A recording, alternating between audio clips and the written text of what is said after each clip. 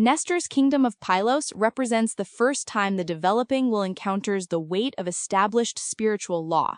If we look at the Odyssey not just as a seafaring adventure, but as a map of the human psyche, Book 3 serves as a vital bridge between the initial spark of independence and the deep, structured work of mental mastery.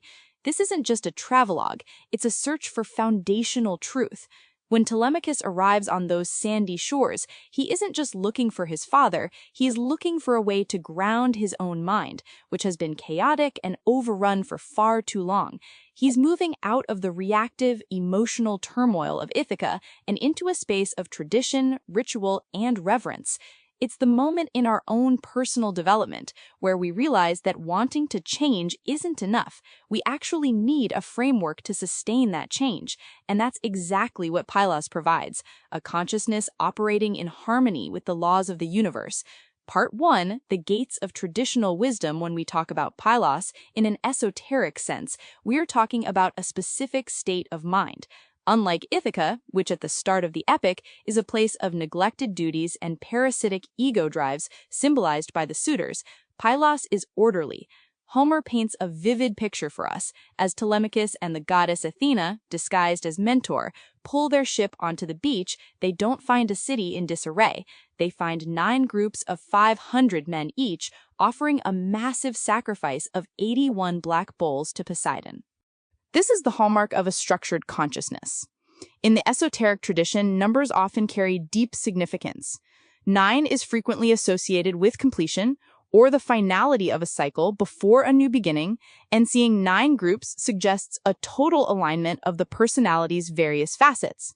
They are honoring Poseidon, the god of the sea, who represents the vast, powerful, and often turbulent waters of the subconscious mind. By starting his journey here, Telemachus is essentially learning that you cannot navigate the outer world or the higher reaches of the spirit if your subconscious foundations are a mess. You have to bring those deep emotional waters into alignment with law and ritual. Then we meet King Nestor. If you've ever felt like an imposter when trying to learn something new, you'll recognize Telemachus's reaction. He freezes. He tells Athena he is too shy to approach such a legendary figure, feeling he doesn't have the right words. This is the classic hesitation of the developing will. When we first encounter ancient wisdom or deep spiritual teachings, our ego often whispers that we aren't advanced enough or that we're somehow out of our league. But Athena's response is the key for anyone on this path. She tells him essentially that the right words will come from his own mind and from the divine. It's a reminder that while tradition provides the structure, the spark of insight still comes from within. Nestor himself is the archetype of established wisdom. He is a master of memory. He has lived through 3 generations of men. He is a veteran of the Trojan War who actually made it home. He represents the lineage of those who have successfully navigated the inner journey before us. He is the living book of spiritual history. According to accounts of the time, the people of Pylos followed the rules of hospitality, xenia, with a religious fervor. This isn't just about being a good host, it's the idea that every guest could be a god in disguise. Esoterically, this means that a mind grounded in spiritual law is open to receiving new insights from any direction, treating every new thought or experience as a potential divine messenger. Part 2, the limits of the master.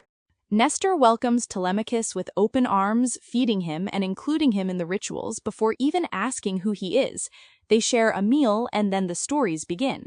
Nestor speaks at length about the Trojan War, about the glory and the tragedy, and specifically about the return of the various Greek heroes. He provides the historical and cultural context that Telemachus so desperately lacks. However, when the question finally lands, the big question, where is my father, Odysseus, Nestor has to admit he has no idea. This is perhaps the most profound metaphysical point in all of Book 3. Nestor, for all his wisdom, age, and experience, cannot give Telemachus his father. Esoterically, Odysseus represents the true self, the I am presence, the core of our being that is often lost or obscured. And the truth is, books, mentors, and traditional wisdom can only take you so far. They can give you the rules, they can show you the map, and they can share their own victories, but they cannot hand you your own direct experience of the true self. You cannot find who you really are by simply reading about someone else's enlightenment. Nestor does, however, share a story that serves as a vital blueprint for Telemachus, the story of Orestes. He tells the tale of how King Agamemnon returned home from the war only to be murdered by his wife Clytemnestra and her lover Aegisthus. It's a dark, cautionary tale, but it ends with Orestes, Agamemnon's son, who returns from exile to avenge his father and reclaim the kingdom. Nestor holds Orestes up as the standard for Telemachus. In our inner life, this represents the necessity of the will to eventually take a stand against the usurpers of the mind. Just as Aegisthus took over a palace that wasn't his, our negative habits and ego drives take over our consciousness. Nestor is essentially telling Telemachus and us that foundational wisdom exists to prepare you for the moment you have to act for yourself. He can't find Odysseus for the boy, but he can show him what a successful son looks like. He points him further down the road, suggesting he visit King Menelaus in Sparta, who was the last to see the other Greeks. This reinforces the idea that the search for truth is a progression. We move from one stage of understanding to the next, building our confidence as we go. Part 3, refining the inner temple before Telemachus leaves Pylos, something remarkable happens. Athena reveals her divinity by transforming into a sea eagle and flying away in front of the entire court. This isn't just a special effect, it's a validation of Telemachus's journey. When we commit to seeking truth, eventually we get a sign, a moment of clarity where we realize that our intuition isn't just a hunch, it's a divine guide. Nestor, seeing this, is awestruck. He realizes that if the gods are this close to the boy, he is truly special. To honor this, he organizes a second, even more detailed sacrifice. This time it's a heifer that has never known the plow, and its horns are overlaid with gold. If the first sacrifice to Poseidon was about the subconscious, this sacrifice to Athena is about the refinement of the intellect. The gold on the horns is a beautiful symbol of transforming our base, animalistic thoughts, into something radiant and divine. It's the alchemy of the mind. The smith is called to hammer the gold thin, an image of the discipline required to polish our mental faculties until they are fit for the gods. Then there's the bath. Telemachus is bathed by Nestor's youngest daughter, Polycast.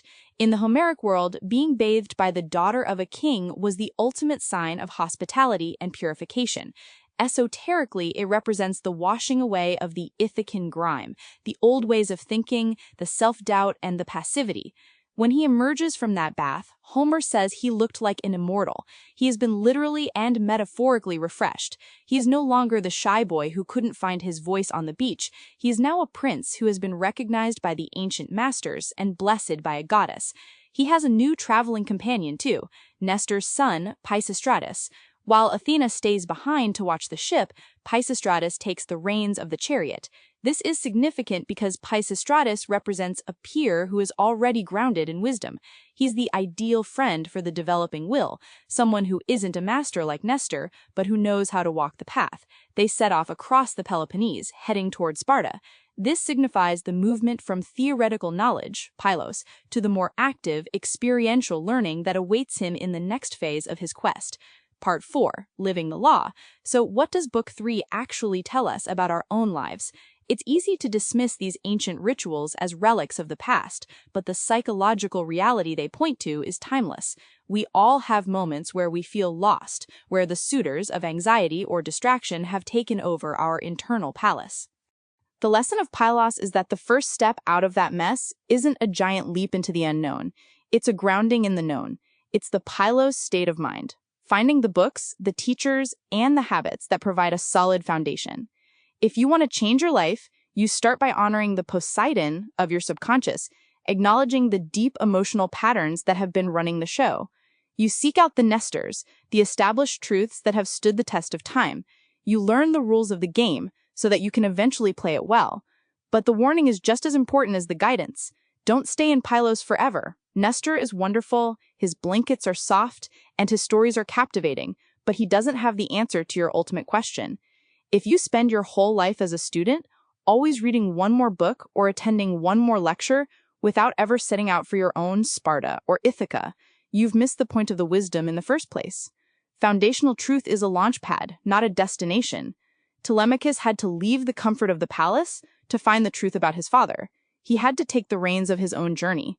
As you go about your week, maybe think about where your own Pylos is. What are the truths you rely on to keep your mind orderly? And more importantly, are you using those truths to build the confidence you need to take the next step toward your own true self? If you found this exploration of Telemachus's journey through Pylos insightful, please consider sharing this episode with a friend who appreciates a deep dive into the hidden layers of classical wisdom.